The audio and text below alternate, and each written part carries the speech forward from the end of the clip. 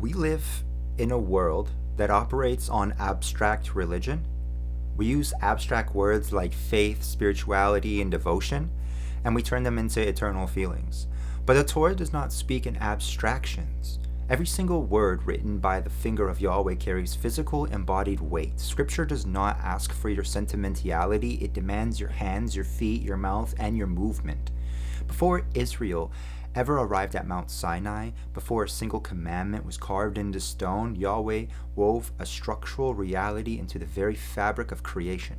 Now, Shabbat is not a cultural tradition or a Jewish practice. It is not a Mosaic institution that expired or was replaced in Yeshua.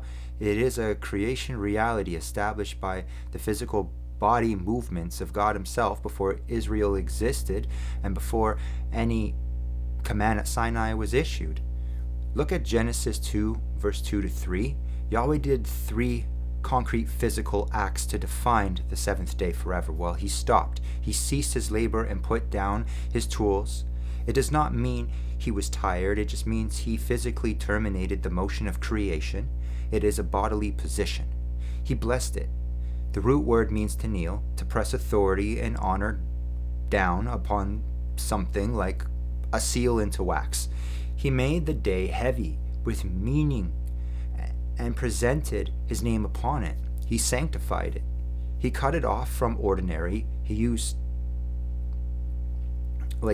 from ordinary use. He carved it out of and fenced it off from the rest of the week, like a priest cutting a first fruit from the harvest field. Okay, this is our walkout baseline. Any true Shabbat in your life must involve these 3 movements: bodily stopping, making the day heavy with honor, and cutting it off entirely from ordinary use. We must understand that entering Shabbat is an act of active obedience, not passive drifting. In Exodus 16, before the 10 words were given, Yahweh baked this rhythm into daily survival of His people through the manna. So for 6 days, the people performed the earthly repetitive work, gathering the food item by item. But on the 6th day, the command changed. Bake and boil your double portion today. Put the work in on day 6 with one eye on tomorrow, and then guard it through the night so it does not rot or just breed worms, right? You cannot enter Shabbat passively. You must guard what Yahweh has given you before the 7th day arrives. The structural teaching of the manna is absolute faithful, full effort on the 6 working days is what funds the 7th day of rest. So when the people tried to bypass the structure and gather on the 7th day anyways, they just found absolutely nothing. Yahweh does not provide for Shabbat breaking. He provides for Shabbat keeping. He called their failure to rest a refusal to keep His law. When you refuse to stop, your body is declaring, my restless effort is more reliable than Yahweh's supernatural supply. When we reach Exodus 20, verse 8 to 11, Yahweh writes the 4th commandment in stone with His own finger, and he commands, remember Yom Shabbat in Hebrew, Zakar, if I said that correctly, hopefully, does not mean merely to think about something quietly. It just means to mark, to make a memorial, right? To recite aloud and to call up through a spoken declaration. You do not drift into Shabbat. You declare into it, like your mouth leads your body into the rest. So then He commands, keep it holy by cutting it off from the rest of the week by your choices, your schedule, your movements. Your Shabbat looks exactly like, if your Shabbat looks exactly like your Tuesday, well, then you have not sanctified it. All right. But notice that the 4th commandment is a double command. 6 days you shall labor, serve, produce. This is not optional. An idle person who never works the 6 days has no Shabbat to enter. The rest is a reward earned by pouring yourself out during the sixth. You must work fully on the sixth and then stop fully on the seventh. In Exodus 31, Yahweh speaks twice in the same breath, once about the master builder, Bezalel, and once about the Shabbat. This comparison is no accident. Bezalel, a male filled with the Ruach, the Spirit of God, for a passive inner glow, not for a passive inner glow, but to produce visible physical work like cutting stones, carving wood, and engraving. So his hands move differently because the Spirit was actually in him. The text links this directly to Shabbat because the craftsman who built the 6 days and rests on the seventh is the model Yahweh is given. 6 days are the arena of Spirit-filled production, and the seventh day is the arena of Spirit-filled rest. Shabbat is established as a visible covenant sign, a flag planted in time that communicates your identity to the world and the heavens. Every Shabbat you keep is a public declaration. I know who sanctifies me. To break this rhythm is to pierce or puncture or bore a hole through the covenant sign, which severs the covenant in itself.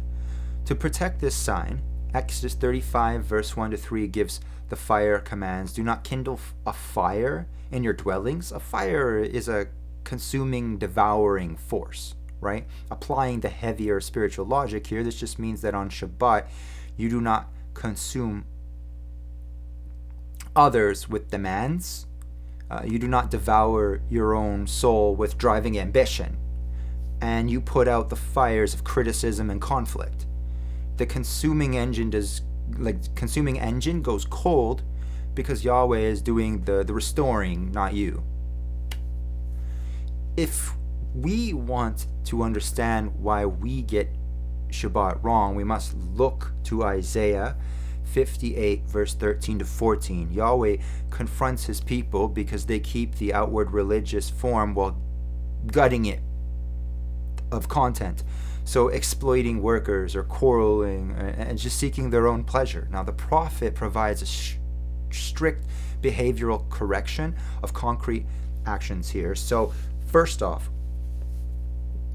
turn back your foot physically, redirect your steps and your momentum and your schedule away from your self-directed agenda, and call the Shabbat a delight. Like, this is an explicit mouth action. You open your lips and declare it out loud before you even feel it, and letting the declaration proceed and shape the experience. You must honor it by making it heavy, like give it the most significant position in your weekly schedule so that it shapes the structure of the other 6 days. And then the text demands 3 strict negatives, okay? Not going your own way, and not seeking your own pleasure, and not speaking your usual speech. So usual speech just means your ordinary weekday conversations. On Shabbat, you talk about business or like calculations about the future projects, anxieties about like upcoming responsibilities, your structural strategies for the next week must go completely silent. So you freeze your positioning. You refuse to engage in future worries, choosing instead to let the ordinary conversation go silent so you can anchor your mind completely in the reality of Yahweh's current presence. We must also see that Shabbat is not an optional, private, stay-at-home day. Leviticus 23, verse 3 calls Shabbat a day, we'll call Shabbat a holy convocation, right? Mikra comes from a root meaning to summon or call out. Every 7th day, Yahweh issues a royal summoning. Come out of your houses, stop your routines and assemble, right? And when you isolate yourself or skip the gathering because you are busy or tired. You are refusing the divine summons. Shabbat is communal before it is personal. So this links directly to Hebrews 4, which connects creation's rest to the rest that remains for the people of Yahweh in Yeshua. Verse 9 explicitly states, there remains therefore a Shabbat rest for the people of God. Well, the text warns that the failure to enter this rest is rooted in unbelief, a failure to trust Yahweh's word enough to stop striving. If Israel was commanded to physically stop traveling and gather manna, how much more must we stop the inner journey of self-effort, performance-driven spirituality, and flesh-fueled striving to enter the rest Yeshua secured? So when Yeshua steps into the pages of the gospel, he does not alter, weaken, or replace the sign. He declares himself the keeper of the Sabbath, to rescue it from human traditions that turned a beautiful gift into a crushing weapon. He heals, restores, feeds, and teaches on Shabbat to show that the day is designed for human flourishing under Yahweh's hand instead of ours. He does not abolish the sign, he defends it from its abusers. And this brings us directly to the letters of the Apostle Paul in Colossians 2 verse 16 to 17, and also Romans 14 verse 5 to 6, which have so often been weaponized to claim that the Sabbath was replaced or abandoned, but Paul's context demands a completely different reading. So when Paul writes in Colossians 2:16, let no one judge you regarding food or drink, or regarding a festival or a new moon or a Sabbath. Look closely at the word anyone. Okay? That word points completely outward. So Paul is not telling believers to stop keeping Shabbat. Paul is telling dedicated Shabbat keepers not to let the outside world, those who do not keep the things of Yahweh, condemn them for keeping what Yahweh commanded. Who on the outside of the covenant has the authority or jurisdiction to tell you to abandon what Yahweh's own hand wrote in stone? Who are they to tell you to drop a holy sign when they themselves refuse to keep it? Paul's answer is absolute. No one on the outside has jurisdiction over what Yahweh instituted inside the covenant.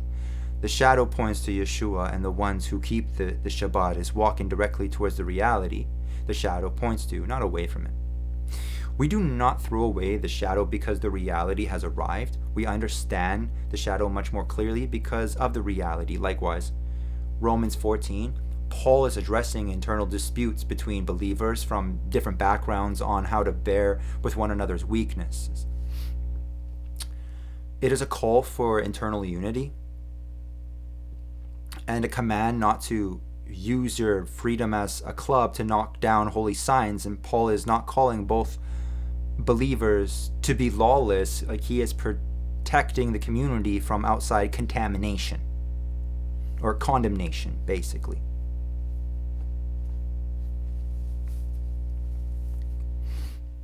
But every single week, the world screams at you to keep producing, to keep consuming, to keep calculating, to keep performing. It monetizes every single hour, but every seventh day, the people who carry the sign of the Creator stands up, and plant their flag and say, hey, we stop. We do not stop because our work is perfectly finished or because we have arrived. We stop because the one who commanded us to rest is infinitely more trustworthy than our own restless, frantic effort. According to Isaiah 66, verse 23, in the new heavens and the new earth, all flesh will come to bow down face to the ground before Yahweh. From one Shabbat to another, every single Shabbat you keep right now is a physical, scheduled rehearsal for eternity. You are training your body, your mouth, your schedule, and your household so that when the age to come arrives in its full expression, you will not be finding your position or learning how to bow for the very first time. You have been practicing it for many years. So when the modern church alters the fourth commandment to swap the seventh day Sabbath for Sunday, what does that actually tell you? It does nothing more than man-made legalism. Yahweh never sanctified Sunday, Genesis 2 verse 3. Sunday is day 1, the day of the sun, a common workday rooted in pagan systems and Roman law, as Ezekiel 22 verse 26 warns, when leaders fail to distinguish between the holy and the common and hide their eyes from the Sabbath, the name of the Almighty is profaned. So if a leader cannot separate a holy day from a common day, they cannot separate from sin. You cannot claim to leave Babylon while keeping its calendar. And look at the other side of the coin. Well, the man-made traditions that add to the law, people light candles 18 to 20 minutes before the sundown, thinking that they found some loophole or something. But once the sun goes down, that flame is still actively burning and consuming fuel in their dwelling, and they are breaking the raw text of Exodus 35 verse 3 right there while fearing to plug in a toaster, right? That is spiritual adultery. It is a human fence masquerading as holiness.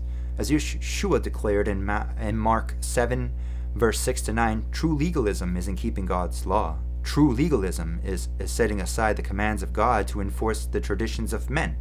Well, Sunday keeping for Christians, legalism. Holy day candle lighting, legalism. Guard the gate, strip away the loopholes, and honor exactly what the Creator wrote in stone. Stop the fire, guard the gates, silence the speech of tomorrow, open your mouth, call the day a delight, and gather with the assembly, and ride on the heights of the earth as Yahweh's own promise to those who honor what He made holy. So, on the 6th day, Friday before sundown, well, prepare, okay? Pour your full physical energy into your work, chores, and household production during the day, okay? Complete all food preparation, cooking, heavy cleaning before the sun sets, and remember to keep Leviticus 11. Set aside what is needed for the next 24 hours so your home is orderly and self-sustaining, ensuring that you do not enter the day passively. Now, declare, open your lips, and physically speak the arrival of the day and say out loud, Shabbat begins, right? This time belongs to Yahweh. Declare the day a delight with your mouth before you even feel it, using your words to lead your body into the rest. Mark the hour decisively to show that this day holds the highest weight in your weekly schedule.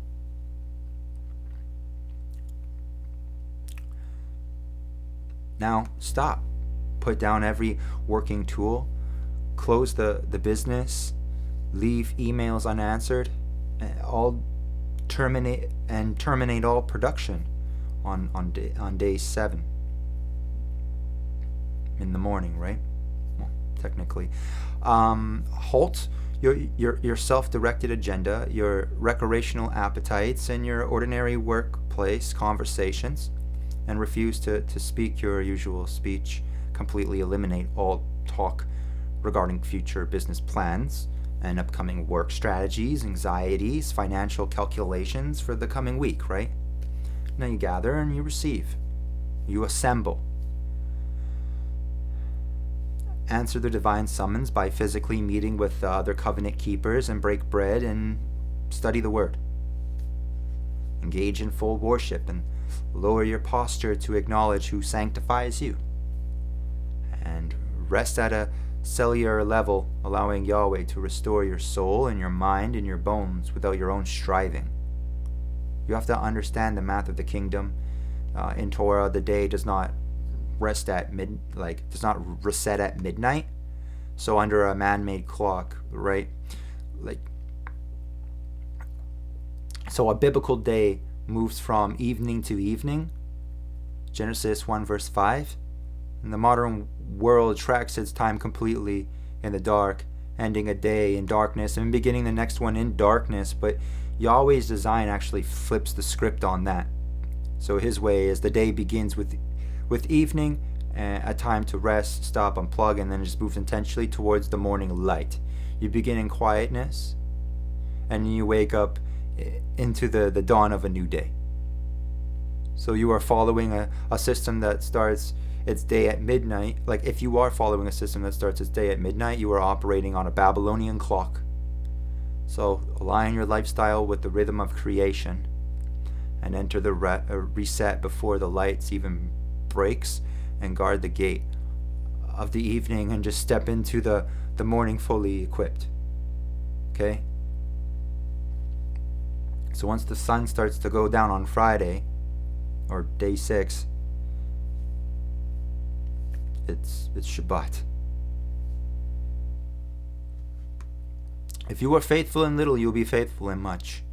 If you're unfaithful in very little, you'll be unfaithful in very much.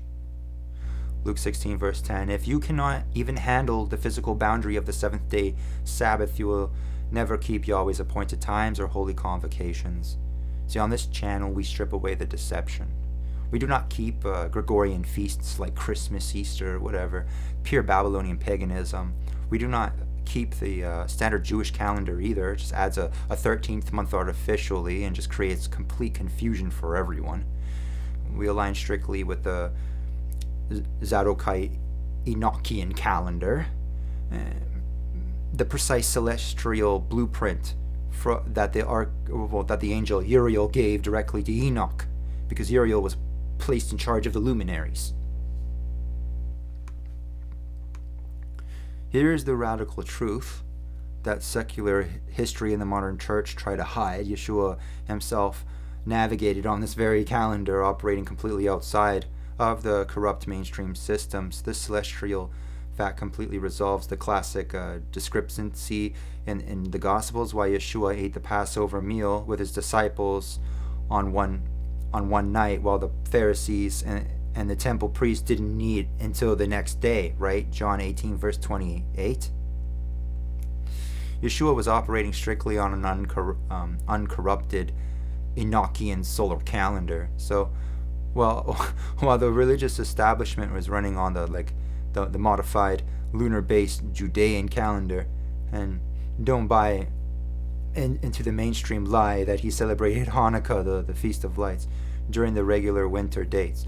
He showed up at a completely different time, aligning perfectly with the true celestial markers and the physical rainy season of the land.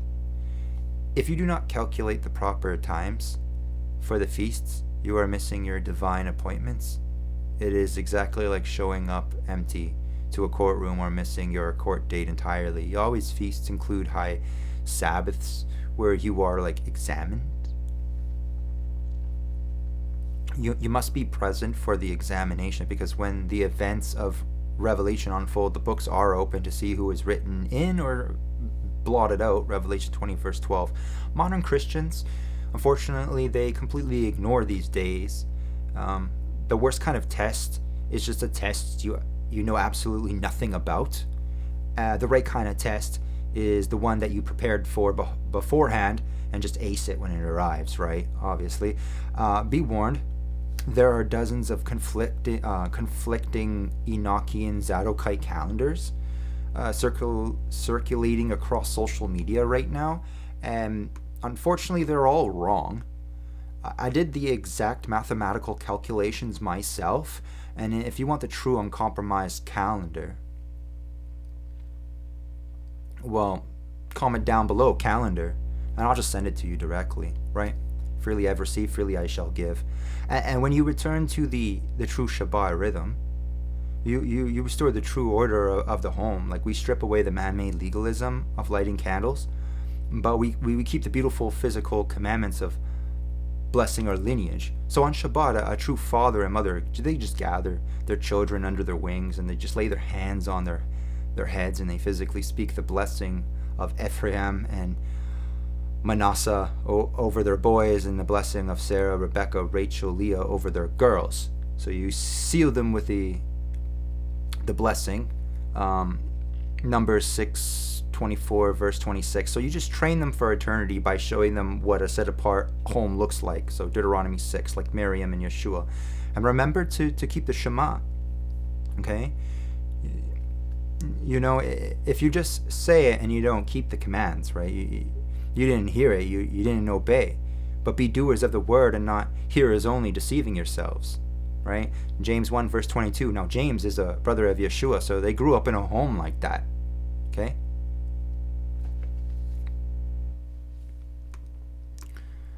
In a valley surrounded by high mountains, there was a great city called Avad, which means the city of production. In this city, the people lived by a single unwritten law. Keep producing, keep consuming, keep climbing. Now every citizen was given a small furnace to carry in their chest. They called this furnace their drive. To survive in Avad, you had to keep the fire inside your chest burning white hot at all hours. And if you slowed down to rest, the city ledger would mark you down as idle, and the citizens would whisper, "They are doing nothing. They are falling far behind."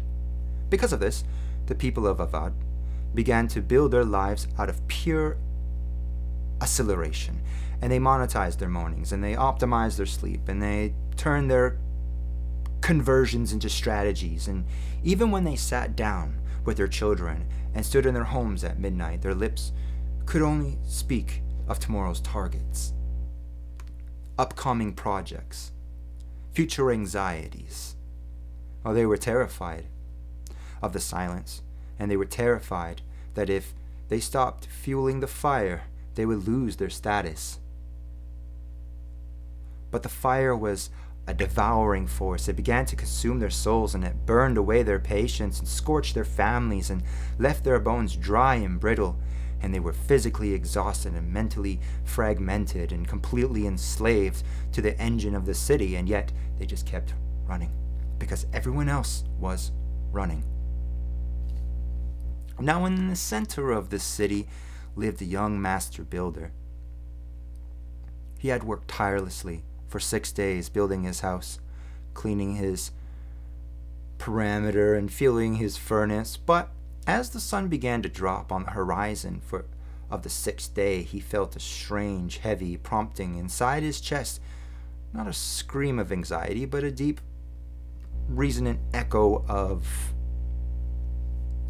an ancient truth. So he remembered an old scroll from the creator of the valley. The scroll did not speak of abstract philosophies, it spoke in actions. And it said that the Creator himself, after creating the valley, had performed a radical act. He stopped. He put down his tools. He knelt before the 7th day and made it heavy with honor, and built a fence around it to cut it off from ordinary use. The young master builder looked at his updated chore checklist, and he looked at the kitchen sink, washed his final dishes and put them away, and drew a heavy black check mark on his little paper, and his perimeter was secure. Well, then exactly as the sun dipped below the mountain peak, the builder did something that made the citizens of Avad grasp in honor. Well, he put out the fire. He reached into his chest and he shut down the devouring engine of his ambition.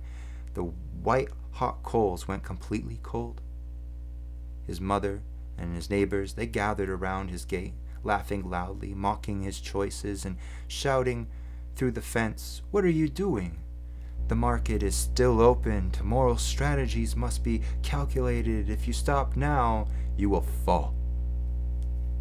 But the master builder remembered the instructions in that scroll regarding the outside world. Do not let those who refuse to keep the boundary judge you for guarding the gate. He closed his mouth. He refused to speak his usual weekday speech. He did not argue.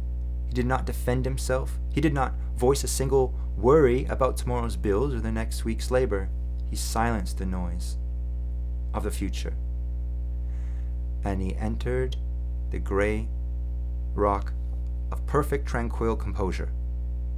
Instead of gathering more wealth, he gathered with a few others who carried the same covenant sign. They sat together in the quiet, and they broke bread, and they lowered their posture to the earth in full surrender to the Creator. And the next morning, the citizens of Avad woke up with their chests smoking, their eyes bloodshot, and their bodies dragging from sleep-deprived chaos. And they looked over at the young master builder's house, expecting to see him ruined and just left behind. Instead, they saw something quite miraculous, because he had trusted the Creator enough to completely terminate his motion.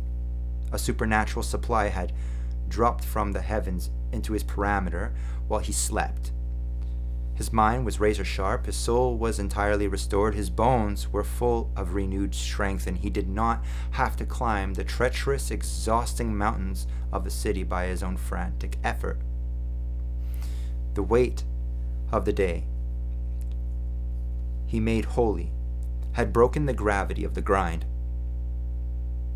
The Creator lifted him up, and he began to ride effortlessly over the highest peaks of the earth on the wings of an eagle.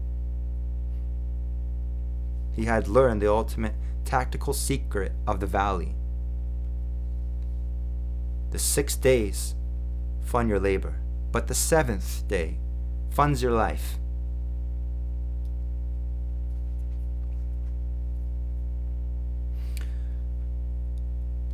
And with that being said, may Yahweh bless you and keep you and make his face shine upon you and be gracious to you and lift up his countenance upon you and give you peace.